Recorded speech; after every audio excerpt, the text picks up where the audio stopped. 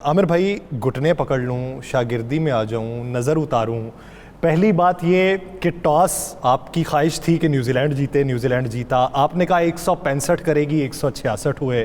Mitchell जब खेलने आए आपने कहा ये आज कुछ करेगा। मिचेल उनके टॉप स्कोरर रहे और मैन ऑफ द मैच हो गए। की वेखे है कुछ नहीं यार, एक्चुअली जिस तरह मेहनत कर रही थी न्यूजीलैंड, अब मेरी ख्वाहिश थी कि ये जीता है, क्योंकि हर कोई कह रहा था इंग्लैंड की 11 तक बैटिंग है, बॉलिंग ऑप्शन बहुत है, इसमें कोई शक नहीं था। प्रेशर मैच, और जिस तरह मैं पहले कह रहा था ये बड़े मेथोडिकल हैं। आप देखें कि किस शानदार तरीके से इन्होंने बॉलिंग की। शुरू में आउट करने की कोशिश की, आउट नहीं हुआ। एक इन्होंने पावर प्ले में विकेट हासिल की। उसके बाद देखिए सोडी को कितना अच्छा ट्रेन करके लेके आए। तो आज फ्लेयर को क्या हुआ फिर? देखिए फ्लेयर फंस जाता है जब थोड़ा सा प्रेशर पड़े ना। जो बैट्समैन जो हैं वो फ्री फ्लोइंग हिटिंग करने वाले हैं, उनका बल्ला स्टटर करता है, फिर वो घूमता नहीं है उस तरीके से जिस तरह वो आम मैचों में घुमाते हैं। प्रेशर आपसे ना बड़ी फ़नी चीज़ें करवाता है। और आज मुझे समहाउ फीलिंग थी कि जो न्यूजीलैंड की टीम है इनको पकड़ लेगी, और मेरा जो ख्याल था वही कि 165 तक ये रोक सकते हैं। ये 140 तक रोक सकते थे अगर कैच ड्रॉप ना होता मलान का। जो मुझे उनकी बॉलिंग के ऊपर कॉन्फिडेंस था, और मैं देख रहा था कि अगर ये इतने पे इनको रिस्ट्रिक्ट करेंगे तो ये कितना कर सकते हैं। तो 165 देखें, उन्होंने चेज़ बहुत ज़बरदस्त किया, आउट हुए, विकेट के ऊपर रुके रहे। वो जो पार्टनरशिप हुई वो गेम को आगे लेके गई। ठीक है, 2 आउट हुए, नीशम आए, उन्होंने 1 ओवर लूटा, उसके बाद आसान कर दिया। आप देखें जो सबसे अच्छी चीज़ थी, सीनियर प्लेयर आउट हुए, मिचेल 19वें ओवर तक अंदर है, आउट नहीं हुए। इसको कहते हैं टीम वर्क, इसको कहते हैं रिस्पॉन्सिबिलिटी, इसको कहते हैं टाइम के ऊपर परफॉर्मेंस देना। देखें उन्होंने सिर्फ एक इनिंग्स अच्छी खेली हुई थी 49 की अगेंस्ट इंडिया, वो भी चेज करते हुए। वो जो कॉन्फिडेंस था आज काम आया। वो नीशम आउट हुए, उसके बाद इन्होंने छक्के लगा के गेम को बिल्कुल बंद कर दिया। So New Zealand thoroughly deserve to win. जिस तरह उन्होंने मेथोडिकल क्रिकेट थ्रू आउट खेली है, पहला मैच पाकिस्तान के खिलाफ हारने के बाद जिस तरह वो उन्होंने पीक किया है, और बड़े क्वाइटली अपना कॉन्फिडेंट बढ़ाते गए। और फाइनल में आपने सोचा था कि न्यूजीलैंड आएगी फाइनल में? नहीं मैंने भी नहीं सोचा था बाय द वे। सरफराज साहब, आप क्या समझते हैं कि आमिर भाई, जिस तरह आमिर भाई ने आज प्रोग्राम जब हमने प्री मैच ट्रांसमिशन की उसी में कह दिया था कि न्यूजीलैंड की वाइब्स आ रही हैं, तो क्या आपको स्टार्ट से वाइब्स थी न्यूजीलैंड की? बाजी आमिर सुहेल साहब ने जो बात की है, तो ये काफी दिनों से परफॉर्मेंस देखते हैं, और उन्होंने जो किया कि टॉस जीते तो टॉस जीते हैं, और उसके बाद बॉलिंग की है। तो लेकिन आखिरी 3-4 ओवरों में मैच बदला सारा। तो वहीं पे जाके जो निशान ने 10 गेंदों में 27 रन किए हैं, और उसके बाद फिर मिचेल ने जो छक्के मारे हैं। मैं इंग्लैंड की बॉलर के ऊपर हैरान हूँ कि इतने एक्सपीरियंस बॉलर थे, और उन्होंने इस तरह शॉर्ट पिच छक्के खाते गए। यानी तजर्बाकारी भी आज काम नहीं आई, तजर्बे में भी मात हुई, जिसकी वजह से हार का सामना करना पड़ा। नाज़रीन, एक ब्रेक के बाद आपको फिर से ज्वाइन करेंगे और कुल अहाता करेंगे आज के मैच का। कहीं नहीं जाइएगा, stay with us.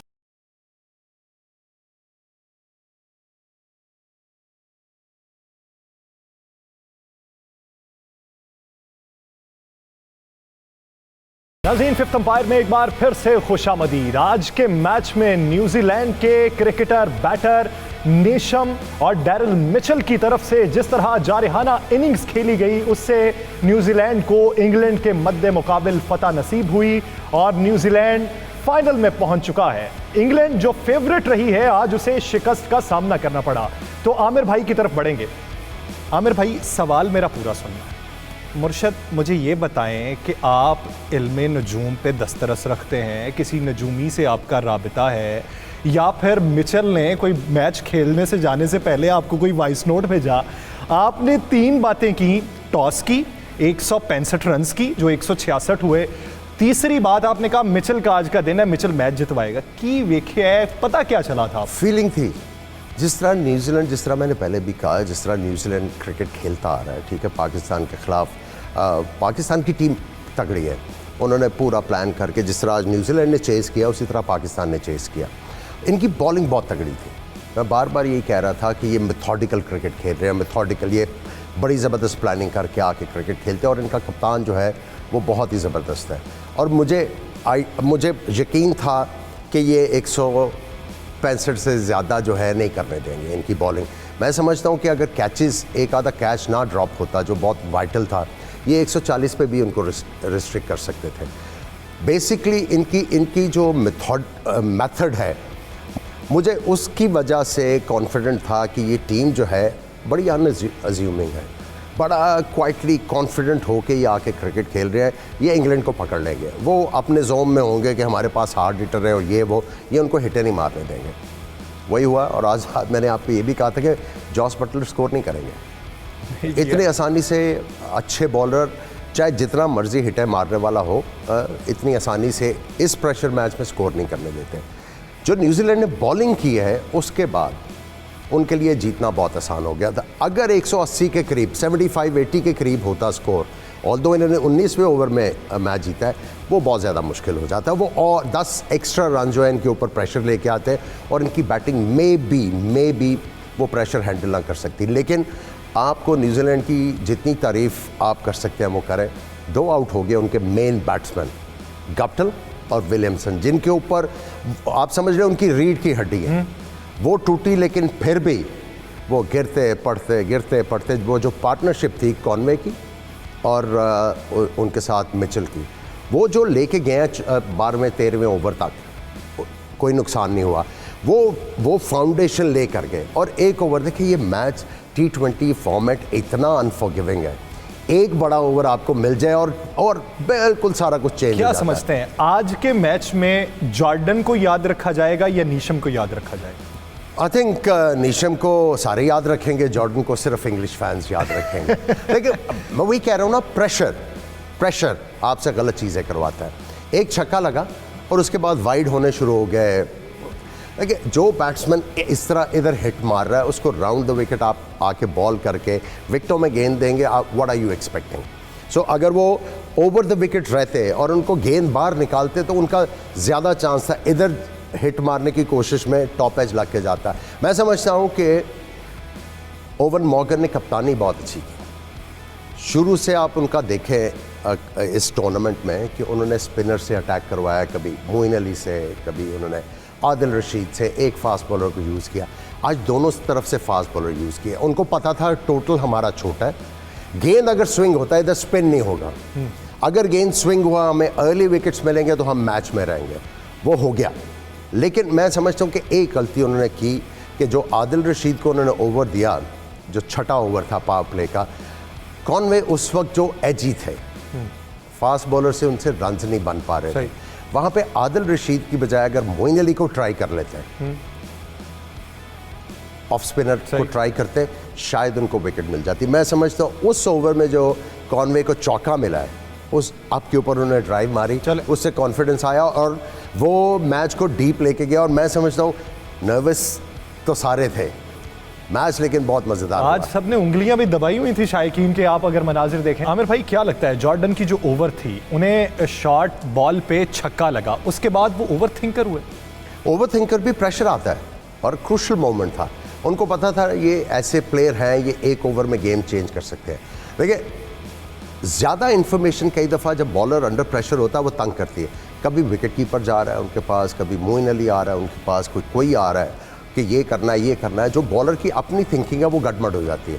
I think वहाँ पे जो कहने की ज़रूरत थी कि ये मिड विकेट की तरफ एम कर रहा है हर शॉट, तो बजाय राउंड द स्टम्प्स आने के आप इसको थोड़ा सा बार गेंद करने की कोशिश करें, क्योंकि टांग उनकी इस तरफ है। सही। आप उनको रीच करवाते ऑफ साइड की तरफ प्रोटेक्शन रख के, तो एज ए बॉलर आपका चांस था। लेकिन राउंड द स्टंप वो ऑफ स्टंप के बाहर गेंद करने की कोशिश कर रहे थे, वो उस एंगल से जब आप बाहर करने की कोशिश करेंगे वो और ज़्यादा बाहर जाता है। सही। सो वो जो ओवर है, आई थिंक वो कंफ्यूज थिंकिंग की वजह से उनको बहुत ही ज़्यादा हर्ट कर गया। और उसके बाद तो आई थिंक मैच जो है वो काफ़ी ज़्यादा मैच easy में कर आज दिया। काफी उतार चढ़ाव भी देखने में आए हैं। वो उतार चढ़ाव जो हैं वो मैच में सनसनीखेज मरहले को पैदा करते रहे और शायकीन क्रिकेट का लुत्फ भी दोबाला करते रहे। नाज़रीन, इसी बीच शामिल गुफ्तगू करते हैं, हमें ज्वाइन कर चुके हैं senior sports anchor Yahya Hussaini साहब। यहिया भाई, बहुत शुक्रिया 92 न्यूज़ को इस हवाले से अपना वक्त देने के लिए। यहिया भाई, पहला सवाल आपसे ये, आज का मैच जब स्टार्ट हुआ तो क्या आपको ये लगता था कि न्यूजीलैंड जो है वो आज इंग्लैंड को हरा देगा? सबसे पहले तो यासिर रशीद साहब, अस्सलाम वालेकुम।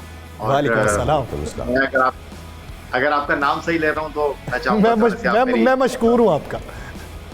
ठीक है, आमिर सोहेल साहब आपको भी अस्सलाम वालेकुम। और आमिर सोहेल साहब ने जो की शुरुआत में एक बात की कि इंग्लैंड की टीम ने खराब फील्डिंग नहीं की, बल्कि आज न्यूजीलैंड की फील्डिंग का वो स्टैंडर्ड नहीं रहा। मैं 100% आमिर सोहेल साहब की बात से एग्री करूंगा।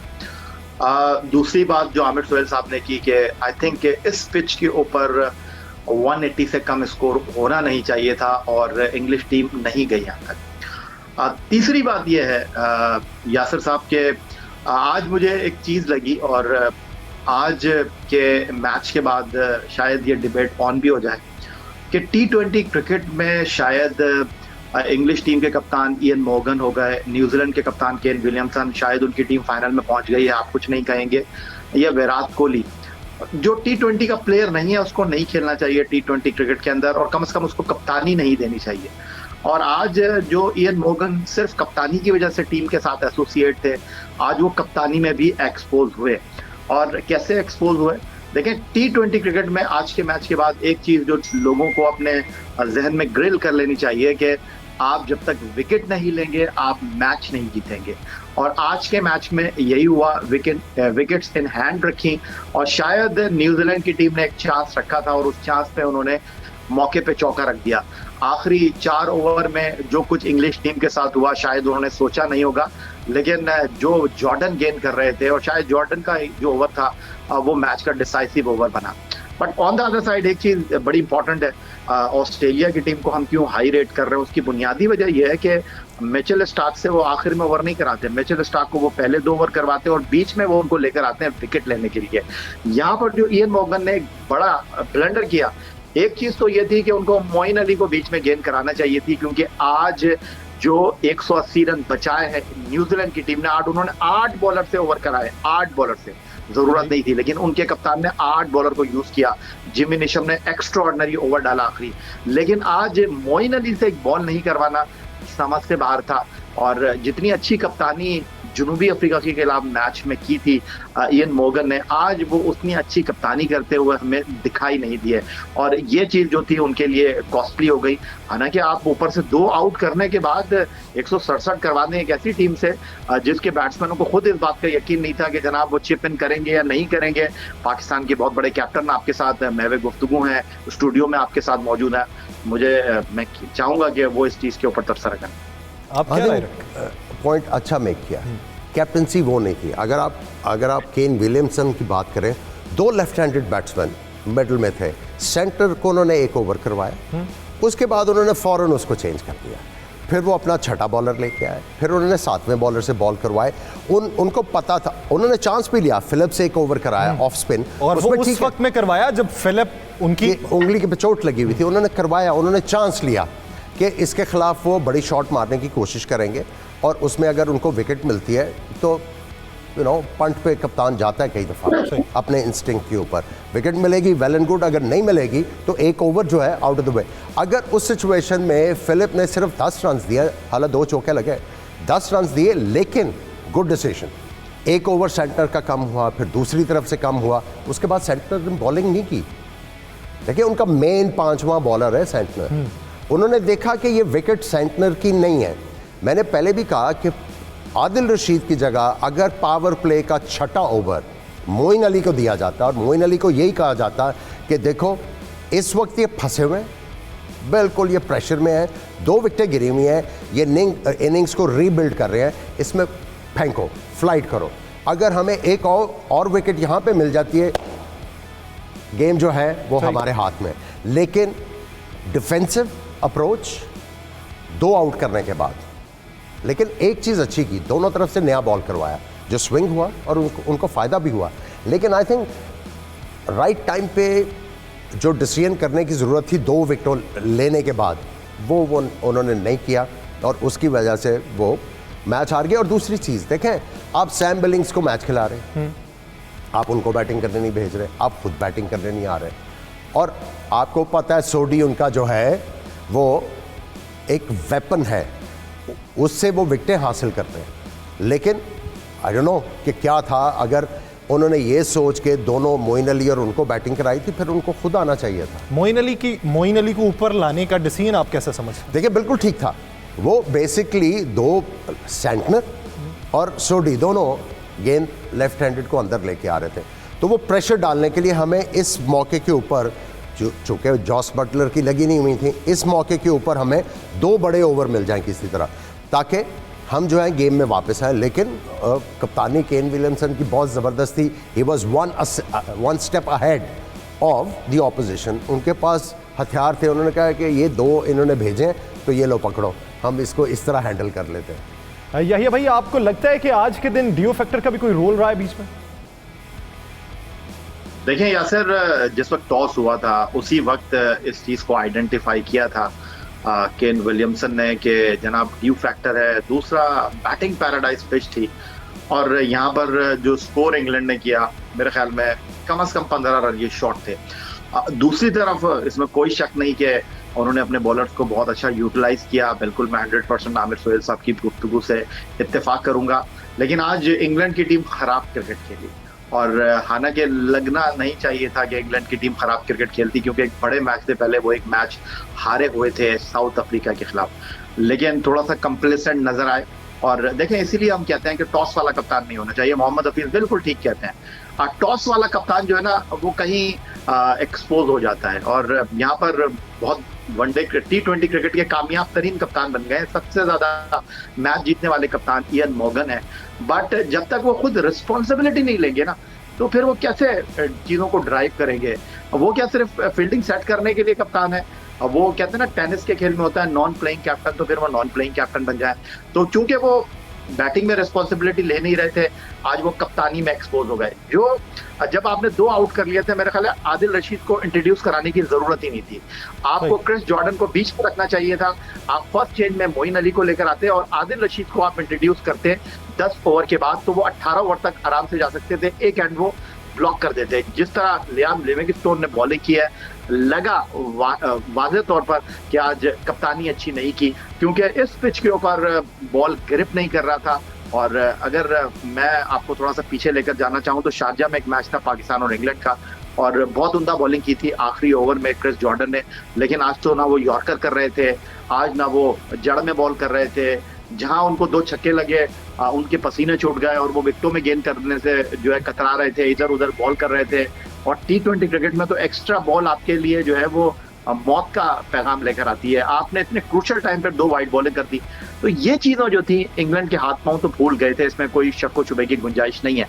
लेकिन मैं आज के मैच में इंग्लैंड की नाकामी का जो वाहिद जिम्मेदार है वो उनके कप्तान को समझता हूँ कि आज उन्होंने बिल्कुल भी कप्तानी नहीं की, क्योंकि ये 2 कप्तानों का आज मुकाबला था, केन विलियमसन। और दूसरी जो सबसे इंपॉर्टेंट बात है, पिछले 6 सालों के अंदर जो है न्यूजीलैंड की टीम आईसीसी मुकाबलों में बहुत अच्छा खेली है। 2015 वर्ल्ड कप का फाइनल वो खेले मेलबर्न में, और उसके बाद 2019 का फाइनल वो खेले लॉर्ड्स में, फिर उसके बाद आईसीसी के वो टेस्ट चैंपियन बने हैं। तो उनका एक कॉम्बिनेशन बना हुआ है। हालांकि इस टूर्नामेंट से पहले फर्गूसन उनके आउट हो गए हैं, बावजूद उनके उन्होंने बहुत अच्छा डिलीवर किया है। लेकिन आज के मेरा ख्याल है वो कहते हैं ना मैच का मुजरिम, तो मेरा ख्याल है इंग्लिश टीम के कप्तान इस मैच के मुजरिम। सही। नाज़रीन, कहा जाता है कि first impression is the last impression. तो देखते हैं कि न्यूजीलैंड ने आगाज पे किस तरह इंग्लैंड को जकड़ा, किस तरीके की वो पहली 3 ओवर्स डिलीवर की गई। आमिर भाई, इत्तेफाक कहिए या जो मर्जी कहिए, पहली ओवर पहली 5 बॉल्स सऊदी की जानिब से जो करवाई गई, 2 रन्स, आखिरी गेंद पे चौका। दूसरी ओवर जो बोल्ट से करवाई गई, पहले 5 गेंदों पे 2 रन्स, आखिरी पे चौका। 10वीं ओवर जो पहली ओवर थी नेशम की, वो उन्होंने करवाई पहली 5 बॉलों पे 2 रन्स, आखिरी बॉल पे चौका। इत्तेफाक समझ? देखिए, कुछ लोग ये समझ रहे होंगे कि ये मार से बचने के लिए ये कर रहे थे, आई थिंक उन्होंने जो सऊदी को चौका लगा, उन्होंने जिस तरह आप वोक्स ने आउट किया गप्टिल को, उन्होंने भी गेंद बार करने के बाद उन्होंने लेग स्टंप से गेंद को स्विंग करने की कोशिश की, आउट स्विंग करने की कोशिश की, वो सीधा रह गया और वहाँ पे चौका लग गया। आउट करने की कोशिश की। बोल्ट ने जो है वो थोड़ा सा पीछे गेंद किया कि वो ज़ोर से मारने की कोशिश करेंगे, वो ऊपर चढ़ जाएगा। सो चौका उन्होंने खाया आखिरी गेंद के ऊपर, लेकिन विकेट हासिल करने के लिए खाया। ये डिफरेंस था कि वो विकेट्स का सोच रहे थे बैट्समैन को फंसाने के बाद। उन्होंने ये नहीं किया कि यार अब 2 रन बने हुए तो चलो 2 या 3 के ऊपर ओवर ख़त्म करते हैं। उन्होंने कहा अगर बैट्समैन फंसा हुआ है वो ट्राई करेगा किसी डिफरेंट चीज़ को आउट करने की कोशिश करते हैं। सही। तो नाज़रीन देखेंगे कि ये टीम जो मेथोडिकल आगे बढ़ रही है और जिसकी स्ट्रेंथ भी मेथोडिकल है, वो फाइनल में अगर ऑस्ट्रेलिया या पाकिस्तान से मुकाबला करती है तो उसकी हिकमत अमली क्या होगी, इसी पे मजीद भी बात करेंगे। या हुसैनी साहब और आमिर साहब हमारे साथ ही मौजूद हैं। एक ब्रेक लेनी है, कहीं नहीं जाइएगा, स्टे विद अस।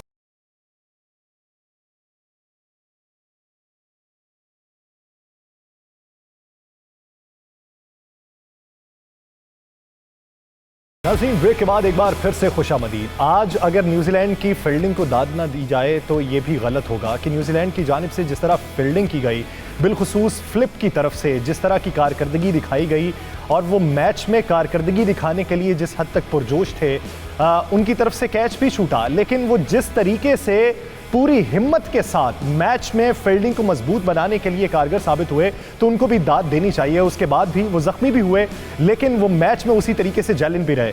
मैं आपकी जानिब आऊँगा यहिया भाई, आप क्या समझते हैं कि आज की फील्डिंग न्यूजीलैंड की तरफ से कैसी रही, बिलखुसूस फिलिप के ऊपर आप क्या कमेंट करना चाहेंगे?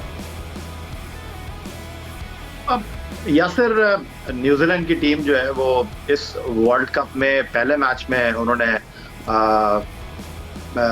मैं उनके विकेट कीपर का नाम इस वक्त भूल रहा हूँ, कॉनवे तो विकेट कीपिंग कर रहे हैं, लेकिन उनके ये मेकशिफ्ट विकेट कीपर है आमिर भाई। वो डेविड सेफायर्ड उनके विकेट कीपर हैं। पहले मैच के बाद उसको उन्होंने ड्रॉप कर दिया था। अब कॉनवे को जो है वो विकेट कीपिंग करा रहे हैं। ये इनके नंबर 1 चॉइस नहीं है विकेट कीपिंग में।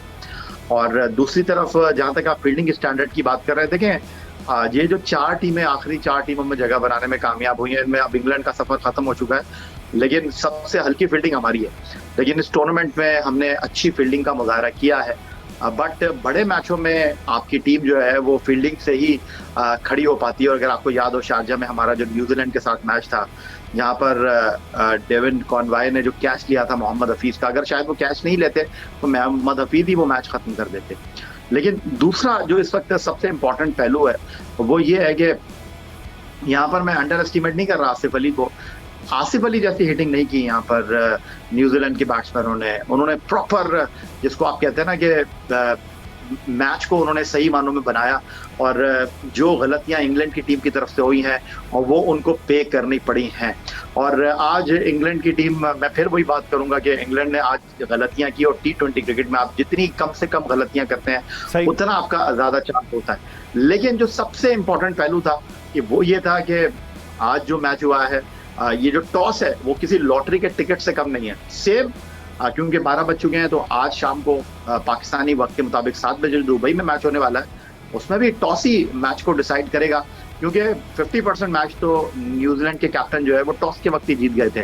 ठीक है, उनको ऊपर से अच्छा स्टार्ट नहीं मिला, लेकिन उन्होंने विकेट्स को बचा कर रखा और आखिर में उनको वो मौका मिला और उन्होंने मौके पे चौका रख दिया। आमिर भाई, मेरी हमदर्दियां फिलिप के लिए इसलिए ज़्यादा हैं कि वो एक बार जब ज़ख्मी हुए हैं तो उसके बाद शायद मोइन अली ने उन्हें टारगेट कर लिया था। वो जो शॉट खेलते थे सीधा उनकी तरफ गेंद पीछे पड़ गया था उनके। बिल्कुल। देखिए, आज जो एक चीज़ नज़र आई है, इतनी ज़्यादा औस नहीं पड़ी। औस पड़ी है लेकिन उस इंटेंसिटी से नहीं पड़ी कि गेंद गीला हो और जो है सारे फील्डर गेंद को सुखाने की कोशिश कर रहे हैं या कुछ। मेरा ख्याल है कि थोड़ा सा इफ़ेक्ट हुआ गेंद को, लेकिन मैं समझता हूँ कि न्यूजीलैंड ने इंटेलिजेंट बैटिंग की। और जो या अभी कह रहे थे कि इंग्लैंड ने गलतियाँ बहुत की हैं, जहाँ जहाँ इंग्लैंड ने गलतियाँ की उन्होंने कैश इन किया। सही। उन्होंने ये नहीं कि यही सबसे बड़ा मरहला होता है। और कैश इन ज़बरदस्त तरीके से किया, और जहाँ पे उनको अटैक करना था उस जगह पे अटैक करके उन्होंने मैच को बनाया। और मैं यही समझ रहा था, और हम बात यही कर रहे थे जब मैच देख रहे थे, 14 ओवर में 100 हो गया तो ये न्यूजीलैंड जो है विकेटें ना गिरी तो मैच ले जाएगा। और न्यूजीलैंड ने उसी तरीके से बैटिंग की, आराम आराम से 2 विकेटें जल्दी गिर गई, प्रेशर था, उसको एब्जॉर्ब किया, स्कोर बोर्ड चलाते रहे, 14 ओवर पे 100 के ऊपर पहुंचे हैं और उसके बाद 1 ओवर ने सारा कुछ चेंज कर दिया। मॉडर्न डे क्रिकेट में 13 रन आखिरी 5 या 4 ओवर में या 14 रन जो है वो इतने चैलेंजिंग नहीं रह गए। सही, कोई भी प्लेयर आके एक आधा छक्का लगाए, इनसाइड एज पे चौका हो, आउटसाइड एज पे चौका हो, अब मैच जीत जाते हैं। पाकिस्तान की अगर अब तक की आप स्ट्रेटेजी देखें तो यही चलती है। टेस्ट मैचेस में बॉलिंग साइड का एज होता है जब डिफेंड कर रहे होते हैं। वनडे में भी कई दफ़ा बॉलिंग साइड को एज मिल जाता है, लेकिन T20 क्रिकेट में बॉलिंग साइड जब जो बॉल कर रही हो तो वो प्रेशर में ही रहती है, क्योंकि 1 ओवर मैच का जो है नक्शा टोटल जो है उसको ये तो हम ओवर की बात कर रहे हैं इंग्लैंड की, बिलखुसूस बात कर लेते हैं न्यूजीलैंड के हवाले से। असल में बॉलर्स की तो कारकर्दगी थी ना जिसने मैच को इस नतीजे पे पहुंचाया। सोडी के बारे में क्या राय रखते हैं? देखिए, Sodhi is a revelation in this T20 world cup. उसको बड़ा अच्छे तरीके से समझा के लाया गया। आप देखें, वो बॉल को इस तरह करके ढीला सा छोड़ता है, बैट्समैन ना आगे जा सकता है ना पीछे जाके वो ज़ोर से हिट मार सकता है, और उसके बाद उसमें वो वेरिएशन करते हैं। एक आधा गेंद वो है वो बैट्समैन के मुंह में फेंकते हैं, एक आधी गुगली या फ्लिपर कर देते हैं। वो उनको सिखाया गया। और देखें, न्यूजीलैंड की जो क्रिकेट है वो स्पिनर्स, अगर स्पिनर्स की बात करें तो उससे एसोसिएट नहीं होती। कोई वर्ल्ड क्लास स्पिनर नहीं उन्होंने प्रोड्यूस किया हुआ। उन्होंने प्रोड्यूस किए गुड स्पिनर्स, लेकिन कोई वर्ल्ड क्लास स्पिनर जो है उन्होंने सवाए उनके जो लेफ्ट आर्म स्पिनर थे, कप्तान भी रहे उनके, उसके अलावा world class spinner Daniel Vettori थे। नहीं, क्या खूबसूरत बैटर थे वो भी, बैटिंग भी वो बहुत अच्छी करते थे, कप्तान भी बहुत अच्छे थे। सो कितने अच्छे तरीके से सिखाया। और हमारे आप बॉलर्स को देखें, वो हमारे जो कोच है उन्होंने एक लफ्ज़ सीखा हुआ है अंग्रेजी का, रिपीटेबल एक्शन। रिपीटेबल एक्शन और भाई सिखाओ, होता क्या? रिपीटेबल एक्शन जो है वो ये है कि आपको जो प्लान दिया जाए वही एक्शन रिपीट हो, लेकिन प्लान एग्जीक्यूट हो। सही, वो एक ही चीज़ के ऊपर उन्होंने सबको जो है वो चूना लगाया हुआ है। रिपीटेबल एक्शन सिखाते हैं कुछ नहीं। सो ये रेवलेशन है सोडी। और उसके साथ आप जैम्पा भी देखें, वो भी बहुत ढीला गेंद कर रहे हैं। जितने भी लेग स्पिनर्स जिन्होंने ढीले बॉल किए हैं उनको कामयाबी मिली है। पिछले मैच में आप शादाब को देखें कि हमने बहुत डिस्कस किया, उन्होंने थोड़ा सा फ्लाइट करने की कोशिश की, उनको गेंद विकेट से टर्न भी मिला और बाउंस भी मिला। सो आई थिंक हमारा जो हमारी क्रिकेट है उसमें जो आपका ह्यूमन रिसोर्स है सिखाने वाला, उसकी कैपेसिटी बिल्डिंग करना बहुत ज़रूरी है। तब जाके आपकी क्रिकेट जो है वो, ये जो आपका टैग लगता है आपकी क्रिकेट के ऊपर, अनप्रेडिक्टेबल, तब जाके वो परे जाएगा उससे। सही। यही भाई, क्या समझते हैं, सोढी जो है कितने की बॉलर बनकर सामने आए इस वर्ल्ड कप में? किसी शक व शुबे के बगैर यासिर उन्होंने अपने आप को प्रूव किया है। और यही इस सोढी जो थे वो IPL में जो इस वर्ल्ड कप से थोड़ा पहले हुई, राजस्थान के कैंप में वो बॉलिंग कंसल्टेंट का रोल प्ले कर रहे थे। और अब यही इस सोढी जो है वो भारत के लिए वबाले जान बन गए थे।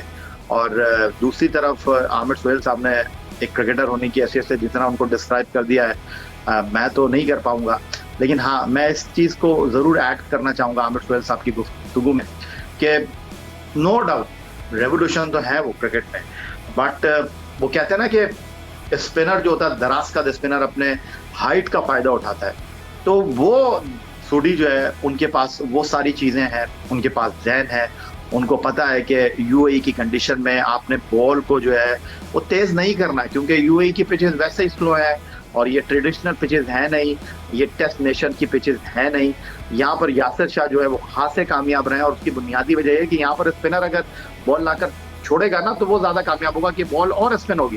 लेकिन अगर आप तेज तेज करने की गेंद को कोशिश करेंगे तो आपको रूम मिलेगा।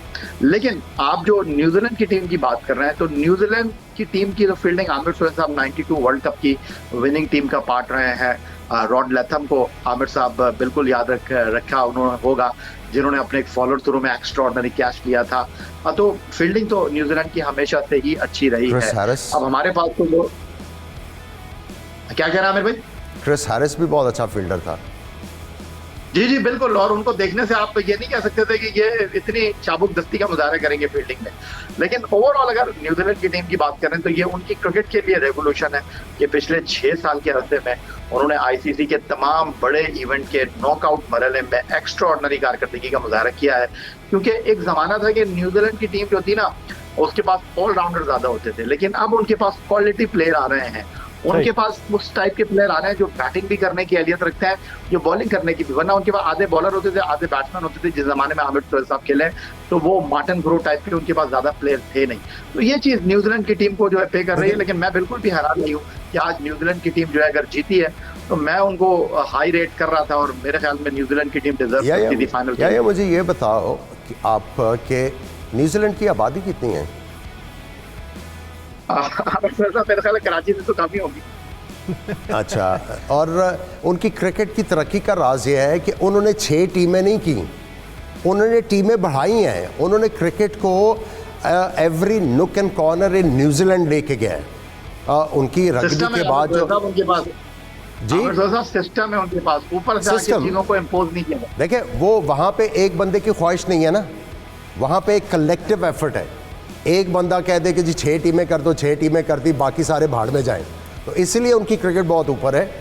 आमिर भाई, ये बात शुरू हो चुकी है तो याहिया भाई से कमेंट चाहूँगा मैं। याहिया भाई, जब इस वक्त आप ये देखें कि फेवरेट पूरे वर्ल्ड कप की इंग्लैंड हो और न्यूजीलैंड उसको हरा दे, पाकिस्तान 5 मैचेस जीत चुका है मुसलसल, हमारे चेयरमैन ये राय रखते हैं कि पाकिस्तान नाकाबिले शिकस्त टीम है, क्या ऐसे जुमले कहने से नामुमकिन है? यही अब मैं वो सही अल्फाज इस्तेमाल नहीं कर सका, हराना नामुमकिन है, ये जो मुझे बताया गया है कि ये उन्होंने कहा। तो क्या ये ऐसे अल्फाज कहने चाहिए? क्रिकेट में क्या ऐसा होता है कि कोई भी टीम आए और उसके लिए ऐसे जुमले कहे जा सकते हो? देखिए यासिर रशीद साहब, मैं आपसे इंतहाई माजरत के साथ कहूँगा, विद ड्यू रिस्पेक्ट, मैंने सुना नहीं इसलिए मैं इस हवाले से कुछ कहूँगा नहीं। लेकिन मैं एक बात ज़रूर यहाँ पर ऐड करना चाहूँगा। देखिए, बड़े बॉल से तो आपको वैसे ही जो है वो इज्तिनाब करना चाहिए, और बड़े बॉल आपको जेब नहीं देते। लेकिन एक चीज़ जो इंडिया के इस वर्ल्ड कप से बाहर होने के बाद मैं बड़ी शिद्दत के साथ महसूस कर रहा हूँ कि देखें, क्रिकेटर जो होता है ना, वो अपने एक्सपीरियंस के ऊपर बात करता है। आमिर सोहेल साहब का इसलिए एक बड़ा कद है कि हमेशा से वो लॉजिक की बात करते हैं। आमिर सोहेल साहब, मेरा ख्याल है कि हवा में गुफ्तगू नहीं करते। वो अगर बहुत कोई अच्छा खेल रहा हो, आमिर सोहेल साहब हवा के साथ नहीं चलते। आमिर सोहेल साहब जो है वो सयाक और सबाक के हवाले से बात करते हैं। लेकिन अफसोस के साथ मुझे कहना पड़ता है कि यहाँ पर बहुत से लोग होते हैं जो सूरज के पुजारी होते हैं, जो सिर्फ ये बात करते हैं कि जनाब अगर किसी का वक्त चल रहा है तो उसके पीछे खड़े हो जाते हैं। ऐसे नहीं होता। आपको उस वक्त किसी को अगर तनकीद आप कर रहे हैं तो फिर आप बताएं कि भाई इसका ये मसला है। मैं आपके साथ एक छोटी सी बात शेयर करना चाहूँगा, शायद यहाँ पर इस बात का कोई सेंस नहीं बनता, लेकिन हकीकत पसंदाना बात है। अब हमारा जितना पॉजिटिव पॉइंट कप्तान बाबर आजम है, उतना शायद नेगेटिव भी बाबर आजम ही है। और उसकी बुनियादी वजह यह है कि बाबर आजम इस टूर्नामेंट में 264 रन बनाने में कामयाब रहे हैं। बाबर आजम ने 450 किए हैं, लेकिन इस टूर्नामेंट में एक मैन ऑफ द मैच भी नहीं है बाबर आजम के पास। बहुत सीरियस बात मैं आपसे शेयर कर रहा हूं। और आपके वो खिलाड़ी इस टूर्नामेंट में मैन ऑफ द मैच बने हैं जिन्होंने 23 रन स्कोर किए हैं। आसिफ अली। इस टूर्नामेंट में शोएब मलिक ने 18 गेंदों पर 54 रन की इनिंग खेली न्यूजीलैंड के खिलाफ। देखें दोस्त, कल बाबर आजम से वर्चुअल प्रेस कॉन्फ्रेंस में 3 चीजों पर गुफ्तगू हुई, और एक सवाल उनसे ये हुआ व्हाट अबाउट हसन अली, एक सवाल उनसे ये हुआ व्हाट अबाउट फखर जमान, और एक सवाल उनसे ये हुआ कि भाई आप पहले 6 ओवर्स में किसी टीम के खिलाफ 50 नहीं कर सके, तो क्या आपके लिए ये सीरियस कंसर्न है? अगर बाबर आजम ये कहते हैं, जो उन्होंने कहा कि जनाब इन पिचेस के ऊपर इब्तदाई 6 ओवर में आप तेज नहीं खेल सकते, तो सवाल ये है अगर पाकिस्तान तेज नहीं खेल रहा तो ऑस्ट्रेलिया की टीम ने 3 मरतबा इस टूर्नामेंट के 5 मैचों में 50 हिस्से को टच किया है। तो ये वो चीजें हैं जिसको आपको रियलिटी को एक्सेप्ट करना चाहिए। ये तनकीद पर आए तनकीद नहीं है, हकीकत पसंदाना होना चाहिए, और हकीकत को देखते हुए आप कुछ जुमले अदा कर सकते हैं और हकीकत को देखते हुए अपनी गेम को भी बेहतर कर सकते हैं। बहुत शुक्रिया याहिया हुसैनी साहब इस हवाले से अपना वक्त देने के लिए। नाज़रीन, कल के पे बात करेंगे और इसके साथ साथ बात करेंगे कि न्यूजीलैंड को अब फाइनल के अंदर किस किस्म की मुश्किलात का सामना है। कहीं नहीं जाइएगा, एक ब्रेक लेनी है। Stay with us.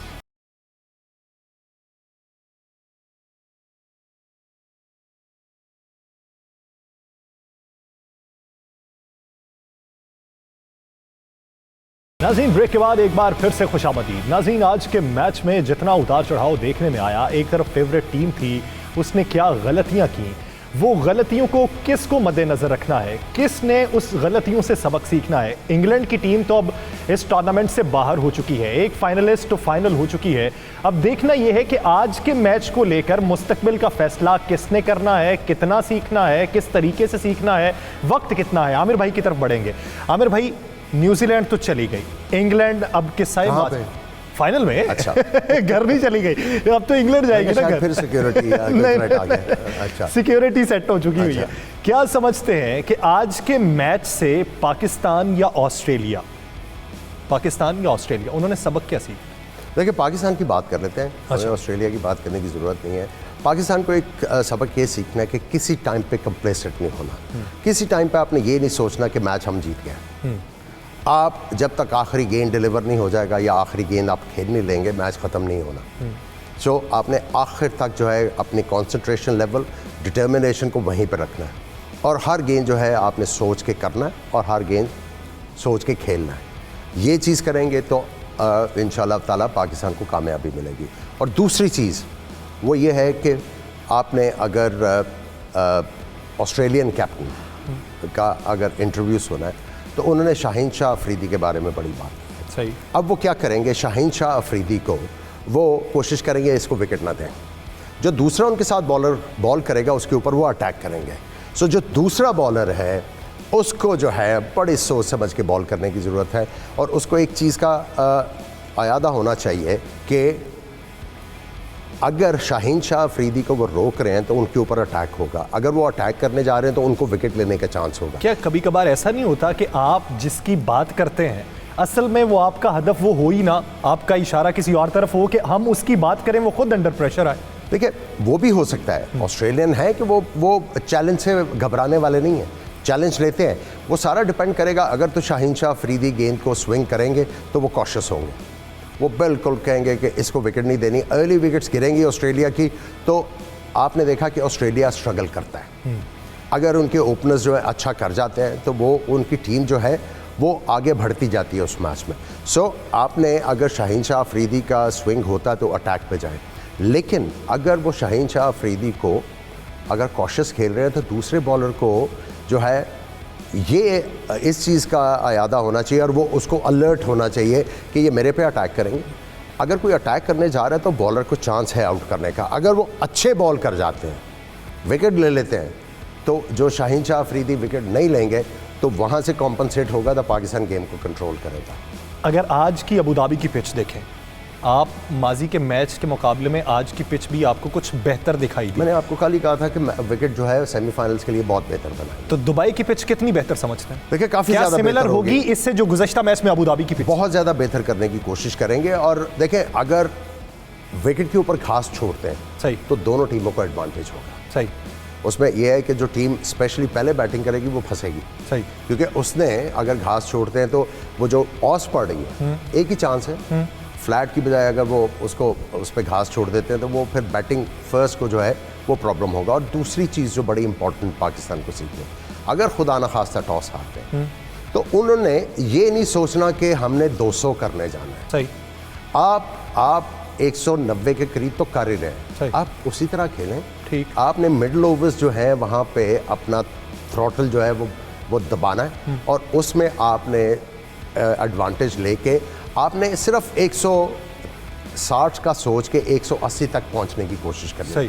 180 जो है वो सेमीफाइनल्स में प्रेशर लेके आता है। सही। नाज़रीन, वक्त कम है, बढ़ते हैं सवाल जवाब के सेगमेंट की तरफ। हमारे गुज़श्ता प्रोग्राम के जो विनर हैं, जिनका बेहतरीन सवाल का इंतखाब किया गया, नाम है उमैर अली, ताल्लुक़ है उनका कराची से। तो ये है उमैर अली जिनका बेहतरीन सवाल था। आज के सवालात की जाने बढ़ते हैं, देखते हैं कि आज क्या सवाल मौसूल हो। T20 वर्ल्ड कप के सेमीफाइनल में पाकिस्तान ऑस्ट्रेलिया आमने सामने है। आपको क्या लगता है बाबर आजम और रिजवान जंपा को आसानी से फेस कर लेंगे या नहीं? जो हमारी जो टीम है ना वो पहले 6 ओवर में बहुत कम स्कोर बनाती है, जिसकी वजह से दूसरे बैट्समैनों पे प्रेशर पड़ता है। तो ऐसा क्या करना चाहिए जिससे हमारे जो स्ट्राइक रेट जो पहले 6 ओवर में स्कोर ज़्यादा बढ़े?